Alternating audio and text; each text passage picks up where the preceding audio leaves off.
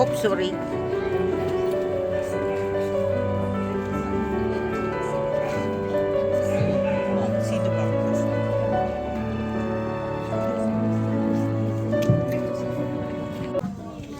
Ngayon po ay ginugunita natin ang pag-advise sa pamamagitan ng daan ng krus. Nagkakatipon-tipon po tayo ngayon upang makibahagi at mapagnilay-nilayan ang pagpapakasakit ng ating Panginoong Jesucristo sa pamamagitan ng Via Crucis. Bawat hakbang natin ay masasabing nakikibahagi tayo sa kanyang paghihirap at pagkamatay sa krus para lamang matubos tayo sa ating mga pagkakasala. Sa pagsasabuhay ng Kalbaryo ni Jesus, bagamat alam na natin na ito ay ginaganap taon-taon, ang marami ay parang umiiwas sa paggunita ng kanyang paghihirap. Ngunit ang Panginoon ay lubang mabait at maunawain. Hindi niya papayagang maghintay na lang siya sa atin. Siya na ang kusang tutungo sa atin. At ito ay Via Crucis na ginaganap na sa lansangan upang maabot ng karamihan. Siya ay kakatok sa pintuan sa ating mga puso upang ipadama ang kanyang pagmamahal. Sakaling marinig mo ang kanyang tinig,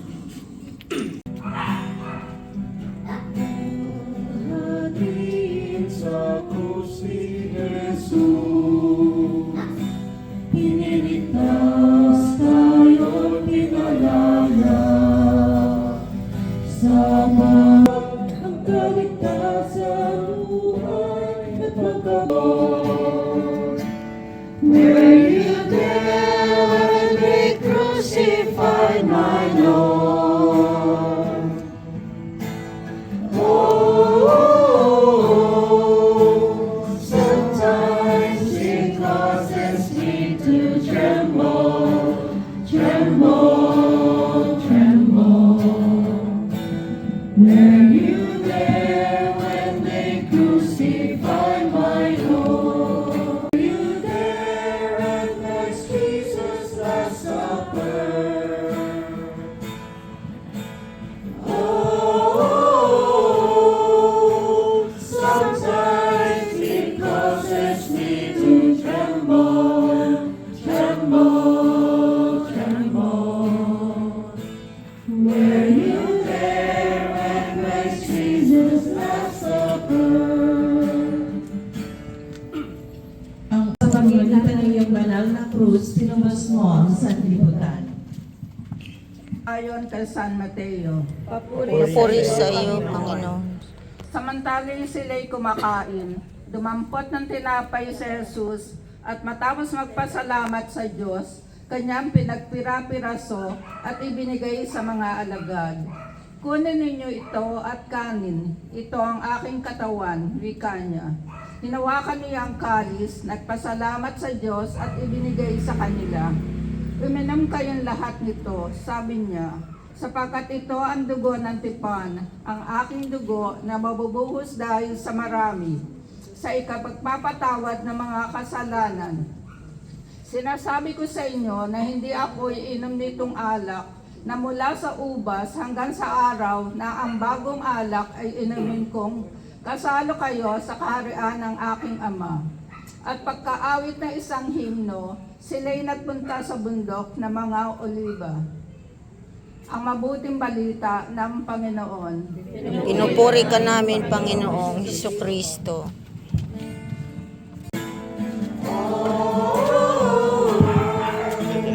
Sometimes it causes me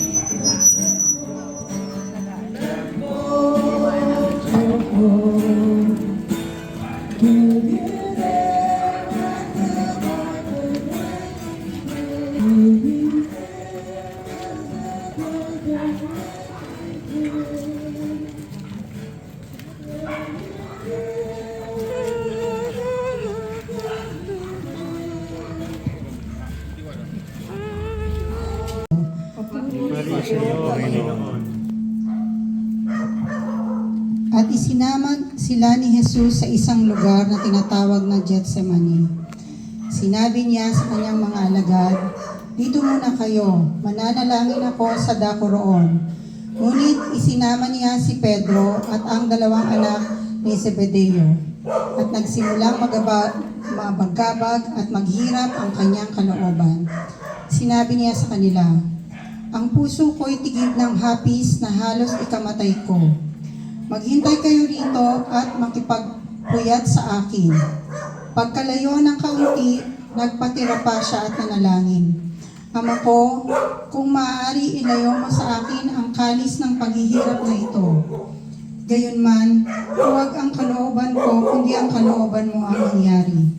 Nagbalik siya at dinatnan niyang natutulog ang 3 alagad. Sinabi niya kay Pedro, "Talaga bang hindi kayo makapagpuyat na kasama ko kahit 1 oras man lamang? Magpuyat kayo at manalangin upang huwag kayong madaig ng tukso. Ang espiritu'y nakahanda, ngunit mahina ang laman." Muli siyang lumayo at nanalangin, "Ama ko, kung hindi maialis ang kalis na ito nang hindi ko iinumin, mangyari ang iyong kalooban." Muli siyang nagbalik at pinatnan na naman niya silang natutulog, sapagkat sila'y antok na antok. Iniwan niya uli ang 3 alagad at muli siyang nanalangin. At iyon din ang sinabi. Nagbalik na naman siya sa mga alagad, sinabi sa kanila, "Natutulog pa ba kayo at nagpapahinga? Dumating na ang oras na ipagkakanulang anak ng tao sa mga makasalanan. Tayo na, narito na ang magkakanulo sa akin." Ang mabuting balita ng Panginoon. Pinupuri ka namin, Panginoong Jesucristo.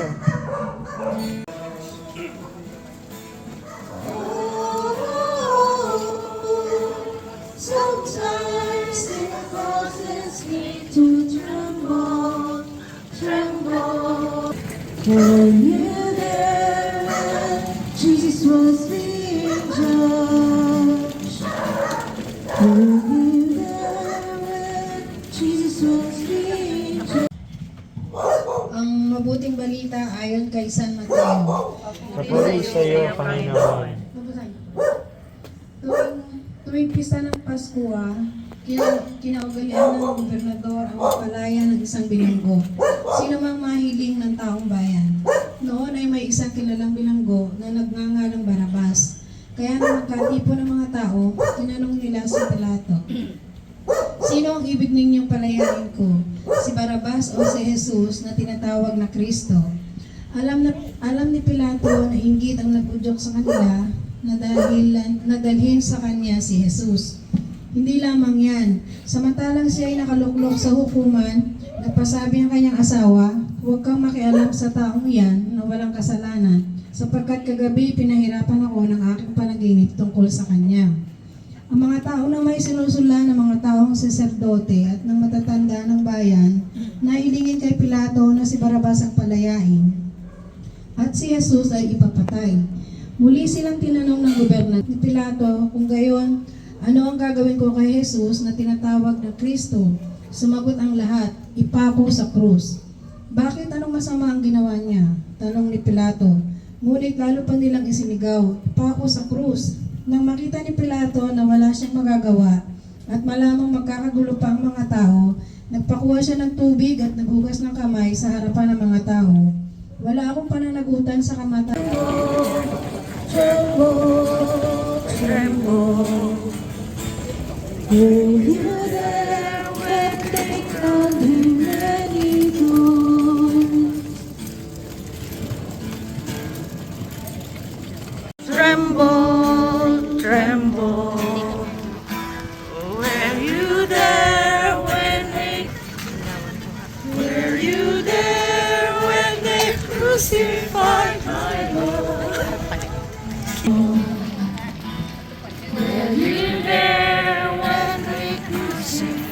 Pako sa krus.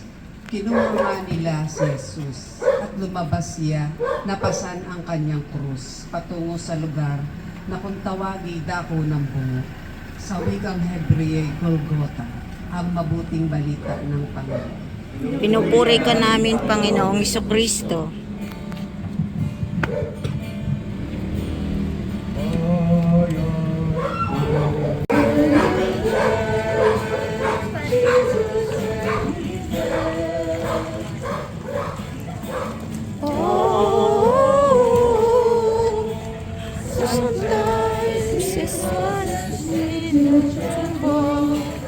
Tremble, tremble.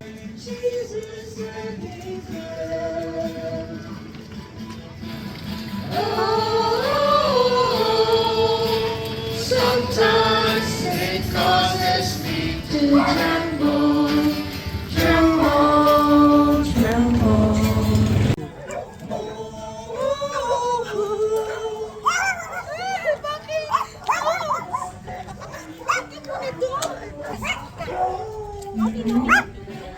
Tinulungan ni Simon ng Sirene. Sinasamba ka namin at pinupuri, O Panginoong Hesukristo, sapagkat sa pagpunta ng banal na krus, tinabas mo ang sanlibutan. Ibanghelyo, ang mabuting balita ayon kay San Mateo. Pinupuri ka namin, Panginoong Jesucristo. Paglabas nila ng lungsod, kanilang nakita ang isang lalaking nangangalan Simon, isang taga-Sirene. Pilit nilang ipinapasan sa kanya ang krus ni Jesus, ang mabuting balita ng Panginoon. Pinupuri ka namin, Panginoong Jesucristo. Sinasamba ka namin at pinupuri o Panginoong Jesucristo, sapagkat sa pamamagitan ng iyong banal na krus, tinubos mo ang sanlibutan. San Lucas. Sinusundan si Jesus ng maraming tao, kabilang ang mga babaeng nananaghoy at nananambitan dahil sa kanya. Nilingon sila ni Jesus at sinabi sa kanila, mga kababaihan ng Jerusalem, huwag niyo akong tangisan. Ang tangisan ninyo, ang inyong mga sarili at ang inyong mga anak.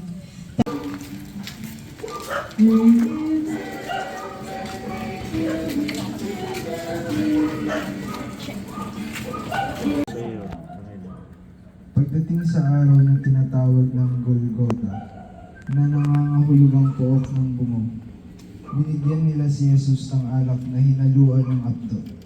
Ngunit nang matikman niya ay hindi ininom. Nang maipako na siya sa krus, kanilang pinaghati-hatian ang kanyang mga damit matapos magsapat-laran. Ang mabuting balita sa Panginoon. Pinupuri ka namin, Panginoong Jesucristo.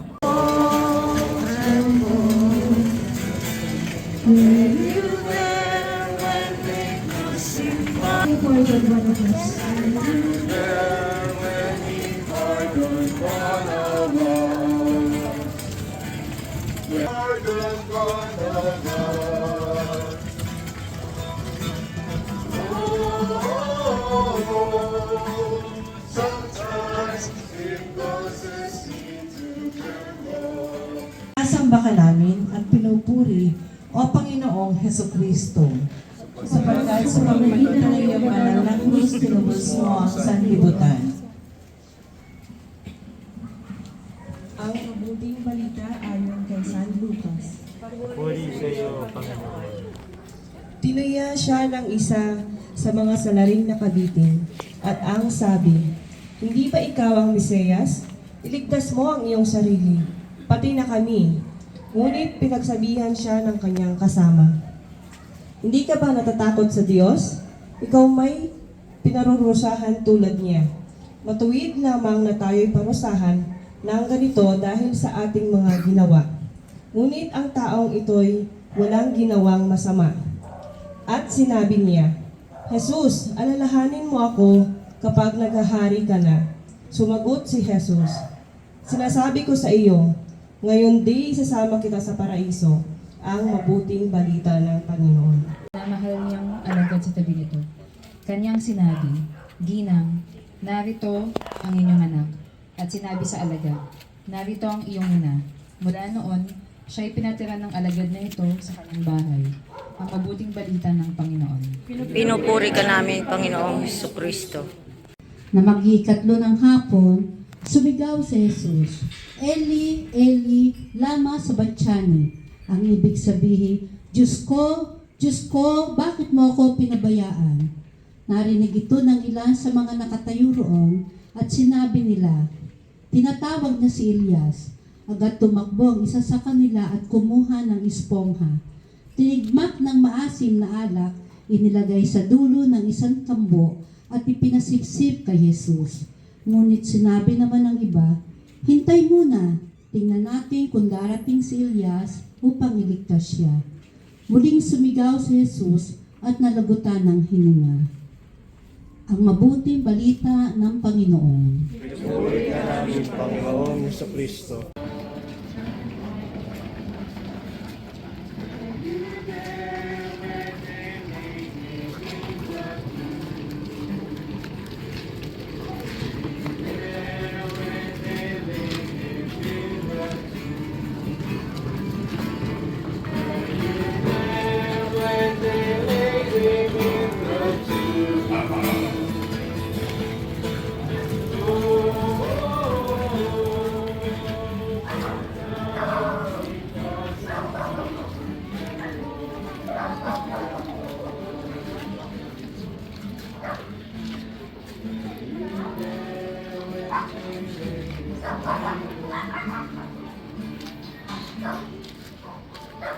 Ang ikalabing Kawaan mo kami.